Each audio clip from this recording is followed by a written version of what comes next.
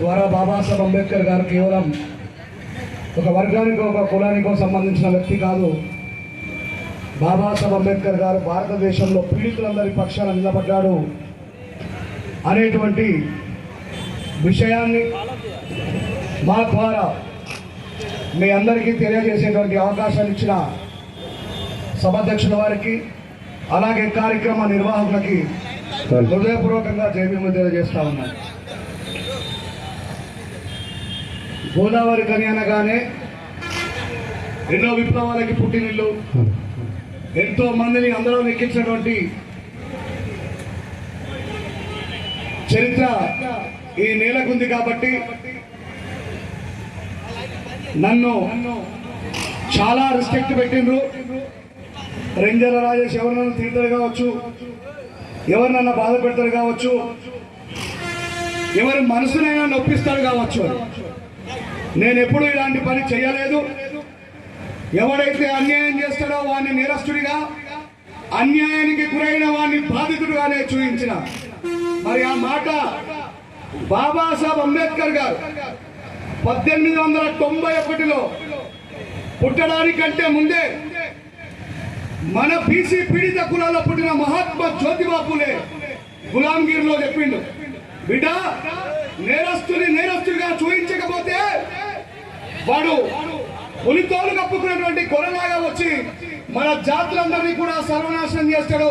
ఆ విషయాన్ని చెప్పాల్సిన బాధ్యత మీ అందరిపై ఉందని చెప్పేసి బాబాసాహెబ్ అంబేద్కర్ గారు ఈ భూమి మీద పుట్టడానికంటే ముందే మహాత్మా జ్యోతిబా ఫులే చెప్పిండు.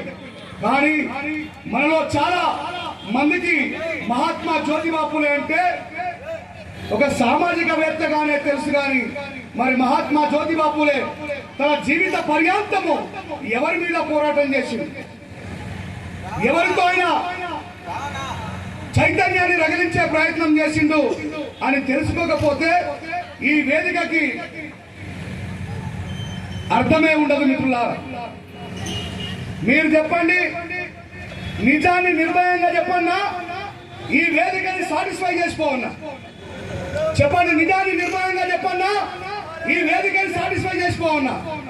నిజం ఎప్పుడు కూడా నిజంగానే ఉంటుంది, ఎవరిని బాధ పెట్టదు. ఎవడైతే నేరస్తుడు ఉంటాడో, ఎవడైతే దోపిడిదాడు ఉంటాడో, ఎవడైతే పేదల రక్తాన్ని చురుకుంటాడో వాడిని మాత్రమే నొప్పిస్తుంది. నేను ఒకసారి మీ అందరినీ నాకు తెలిసినంత మట్టుకు బాబాసాహెబ్ అంబేద్కర్ గారు అంటే మానవవాదిగల నాయకుడు, తద్వారా భారత రాజ్యాంగాన్ని రాసిండు. ఆ రాసిన రాజ్యాంగంలో కేవలం మానవవాదిగలకు మాత్రమే రిజర్వేషన్ ఇచ్చిండు అని ఒక 70 సంవత్సరాల నుంచి, ఒక 65 సంవత్సరాల నుంచి అంబేద్కర్ గారిని కేవలం ఒక వర్గానికే అంకితం చేసే ప్రయత్నం చేసింది. భారతదేశానికి స్వాతంత్రం వచ్చింది ఎప్పుడు? 1947లో. నేను ఈ రోజు మీ అందరికీ ఒక విషయాన్ని చెప్తాను. ఈ గోదావరి కనిలో ఎంతో మంది కార్మికులు ఈ భారతదేశానికి ఆర్థికమైనటువంటి సంపదను అందించినటువంటి చరిత్ర ఈ నేలకున్నది. కాబట్టి అసలు ఈ కార్మికుల కోసం పోరాటం చేసిన నిజమైన మహనీయుడు వాళ్ళ జీవితాలని అద్భుతమైనటువంటి మార్గంలో నడిపిన వ్యక్తి ఎవరో బహుశా మీలో చాలా మందికి తెలుసుండొచ్చు. అయినా మరొకసారి గుర్తు చేసే ప్రయత్నం చేస్తాం. కార్మికుల కోసం, కార్మికులలో కులం ఉంటుందా? చెప్పండి, కార్మికులలో కులం ఉంటుందా? కార్మికులలో మతం ఉంటుందా? ఒక వ్యక్తి ఒకవేళ కార్మికులకు సహాయం చేస్తే ఆ వ్యక్తిని ఒక కులానికి సహాయం చేసిన వ్యక్తిగా, ఒక మతానికి సహాయం చేసిన వ్యక్తిగా చూస్తామా? భారతదేశానికి స్వాతంత్రం వచ్చింది 1947లో అయితే ఈ దేశంలో డాక్టర్ బిఆర్ అంబేద్కర్ గారు, ఈ దేశంలో బ్రిటిష్ ప్రధాని లార్డ్ మౌంటైన్ బాటన్ ఈ దేశాన్ని రూల్ చేస్తున్నప్పుడు బాబాసాహెబ్ అంబేద్కర్ గారు వైస్రాయ్ కౌన్సిలర్ మెంబర్ గా ఉండి 1942లో 12 గంటల పని విధానాన్ని బ్రిటిష్ వాళ్ళతో పోరాటం చేసి 8 గంటల పని విధానాన్ని చేసిండు బాబాసాహెబ్ అంబేద్కర్. ఇప్పుడు చెప్పండి, బాబాసాహెబ్ అంబేద్కర్ ఒక కులవాళ్ళనే నృత్యాల కొడుకున్నారు. ఈ దేశానికి స్వాతంత్రం రాకుండా ముందే కార్మికులకు స్వాతంత్రం ఇచ్చింది బాబాసాహెబ్ అంబేద్కర్. ఇది తెల్లవాడికి కావాలంటే నా మాట అర్థమైతే మీ చేతిలో ఇప్పుడే సెల్ ఫోన్ ఉంది, గూగుల్లో కొట్టి చూడండి. 12 గంటల పని విధానం ఉండే ఈ దేశంలో కార్మికుల రక్తాన్ని చురుకున్నారు ఈ దేశపు పరిపాలకులు. బాబాసాహెబ్ అంబేద్కర్ గారిని కొద్దిమంది బ్రిటిష్ ఏజెంట్ అని బ్రిటిష్ వాళ్ళు రాయబోరని మాట్లాడారు. కానీ అదే బ్రిటిష్ వాళ్ళ దగ్గర ఉండి ఏ Britishers you are doing wrong thing, 12 గంటల పని విధానం మనిషికి ఉండద్దు, శ్రమ దోపిడీ చేయకూడదు అని 1942లో మళ్ళీ చెప్తున్నా, గుర్తుపెట్టుకోండి. At the time of 1942 Babasaheb Ambedkar గారు బ్రిటిష్ వాళ్ళతో పోరాడి 8 గంటల పని విధానాన్ని చేసిండు. ఇప్పుడు చెప్పండి, ఈ దేశంలో కార్మికుల విముక్తి నాయకుడు ఎవరు? చెప్పండి, బాబాసాహెబ్ అంబేద్కర్ గారు. ఇకపోతే ఇంకొక విషయాన్ని చెప్తా. చాలా వీడియోలలో బహుశా మీరు చూసుండొచ్చు, అయినా మరొకసారి మీకు గుర్తు చేస్తాం. ఈ దేశానికి మొట్టమొదటి ప్రైమ్ మినిస్టర్ ఎవరండి? పండిట్ జవహర్ లాల్ నెహ్రూ. ఆయన కూతురు ఇందిరాగాంధీ. స్టేజ్ మీద ఉన్న మా చెల్లెలు మంచిగా వినాలి, స్టేజ్ కింద ఉన్న మా అక్క చెల్లెలు మంచిగా వినాలి. I'm telling Babasaheb Ambedkar if any leader means he is female leader in India. ఒకటే ఒక ఎగ్జాంపుల్ చెప్తా చూడండి. ఈ దేశానికి ప్రైమ్ మినిస్టర్ గా ఉన్నటువంటి ఇందిరాగాంధీ గారు ఈ దేశాన్ని పర్యటిస్తున్న సమయంలో దేశమంతా తిరుగుతూ ఒరిస్సాలో ఉన్నటువంటి పూరి జగన్నాథ స్వామి ఆలయాన్ని దర్శించడం కోసం పోతుంది. అక్కడ భక్తులకు ఎలాంటి సౌకర్యాలు ఉన్నాయి? సౌకర్యాలు బాగానే ఉన్నాయా? ఏమైనా అసౌకర్యాలు ఉంటే వాళ్ళకు సౌకర్యాలు సెట్ చేద్దామని చెప్పేసి ఆ గుడి దగ్గరికి పోవడానికి ఇందిరాగాంధీ గారు ప్రయత్నిస్తారు. ఇక్కడ మిమ్మల్ని ఒక 2-3 క్వశ్చన్లు అడుగుతా, దయచేసి విసుక్కోకండి. నేను చిన్నపిల్లగానే కావచ్చు, మేము కూడా బచ్చాగానే కావచ్చు, కానీ నేను మాట్లాడుతున్నది సత్యం ఎప్పటికీ ఎవరు మాట్లాడినా చెడిపోదు, దయచేసి అర్థం చేసుకోండి. ఈ దేశానికి మొట్టమొదటి ప్రైమ్ మినిస్టర్ అయిన పండిట్ జవహర్ లాల్ నెహ్రూ కూతురు ఈ దేశానికి ప్రైమ్ మినిస్టర్ గా ఉండి పూరి జగన్నాథ స్వామి ఆలయాన్ని దర్శించడం కోసం పోతుంది. ఎందుకోసం పోతుంది? అక్కడ భక్తులకి సౌకర్యాలు ఉన్నాయా లేవా చూద్దామని అక్కడ ఆ వెల్కమ్ బోర్డు దగ్గర ఇందిరాగాంధీ గారిని ఆపుతారు. ఈమె ఏమనుకుంటుంది? ఇందిరాగాంధీ గారు మామూలుగానే ఇక్కడికి వచ్చినటువంటి ఎమ్మెల్యే గారినో లేదా మినిస్టర్ గారినో లేదా మాజీ ఎమ్మెల్యే గారినో మనం అందరం పుష్పగుచ్చం ఇచ్చి హానర్ చేస్తాం కదా, వి షుడ్ రెస్పెక్ట్ హిమ్ కదా. ఈమె ఏమనుకుంటుందంటే, నేను ఈ దేశానికి ప్రైమ్ మినిస్టర్ కాబట్టి ఈ వెల్కమ్ బోర్డు దగ్గర నన్ను ఆపి నాకు స్వాగతం పలుకుతారేమోనని ఇందిరాగాంధీ గారు కలలు కంటారు. అక్కలారా చెల్లెలారా, ఈ మాట చాలా జాగ్రత్తగా వినండి, బాగా గుర్తుపెట్టుకోండి. ఇలాంటి విషయాలు ఎవరు చెప్పరు.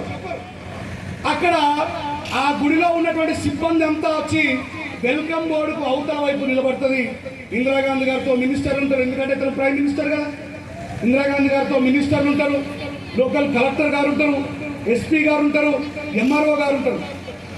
వచ్చి ఆ సిబ్బంది ఈ ప్రైమ్ మినిస్టర్ గా ఉన్న ఇందిరాగాంధీ గారికి ఏమని చెప్తారంటే, ఇందిరా, నువ్వు ఈ దేశానికి ప్రైమ్ మినిస్టర్ అయితే అవ్వచ్చుగాక, ఈ దేశానికి ప్రైమ్ మినిస్టర్ అయితే అవ్వచ్చుగాక, నువ్వు ఒక బ్రాహ్మణ కులానికి చెందిన స్త్రీని అయితే అవ్వచ్చుగాక, నువ్వు ఈ దేశానికి మొట్టమొదటి ప్రధానమంత్రి అయిన పండిట్ జవహర్ లాల్ నెహ్రూ కూతురు అయితే అవ్వచ్చుగాక, కానీ మా వేద ఇతిహాసాలు ఒక విధవరాలైనటువంటి స్త్రీని గుళ్ళోకి రానివద్దు అని రాస్తున్నాను, దయచేసి నువ్వు ఇక్కడ నుంచి వెళ్ళిపోన్నారు.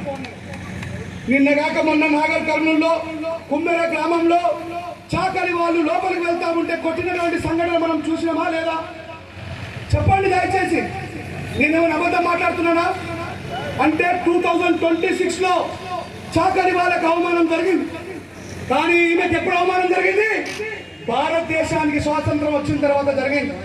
ఆమె కన్నీళ్లు పెట్టుకొని ఏమీ చేసేది లేక, వాళ్ళని ఎదిరించలేక, వేద పండితులకు ఎదురు మాట్లాడలేక, తను బ్రాహ్మణ స్త్రీ అయి ఉన్నా, ప్రైమ్ మినిస్టర్ గా ఉన్నా, ప్రైమ్ మినిస్టర్ కూతురు అయి ఉన్నా, నోరు మూసుకొని వెనక్కి పోయి పొద్దులో ఢిల్లీ ప్రెస్ మీట్ లో చెప్తుంది, ఈ దేశంలో ఉన్నటువంటి వేద ఇతిహాసాలు నాలాంటి బ్రాహ్మణ స్త్రీకి, ఒక ప్రైమ్ మినిస్టర్ కూతుర్ని విధవరాలు ఉన్న ఏకైక కారణంగా కనీసం గుడి లోపల ఎలాంటి సౌకర్యాలు ఉన్నాయో తెలుసుకుందామని పోదామనుకున్నటువంటి నన్ను గుడి లోపలికి రానియలే.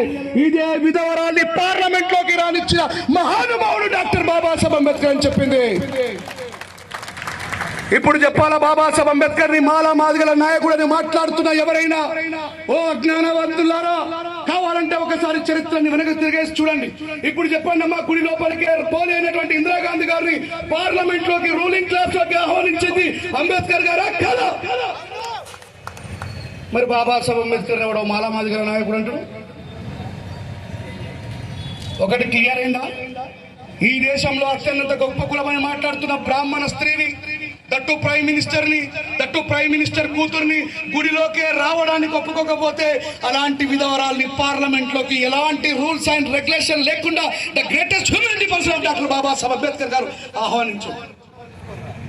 ఎప్పుడు బాబాసాహెబ్ అంబేద్కర్ గారు కార్మికులకు ఏం చేసిండో చెప్పినా, బాబాసాహెబ్ అంబేద్కర్ గారు స్త్రీలకు ఏం చేసిండో చెప్పినా, ఇప్పుడు ఈ సామాజిక చైతన్య వేదికకి రూపకల్పన చెందించిన నా బీసీ సహోదరులందరికీ కూడా హృదయపూర్వకంగా చేతులు జోడించి జై భీములు తెలియజేస్తా ఉన్నా.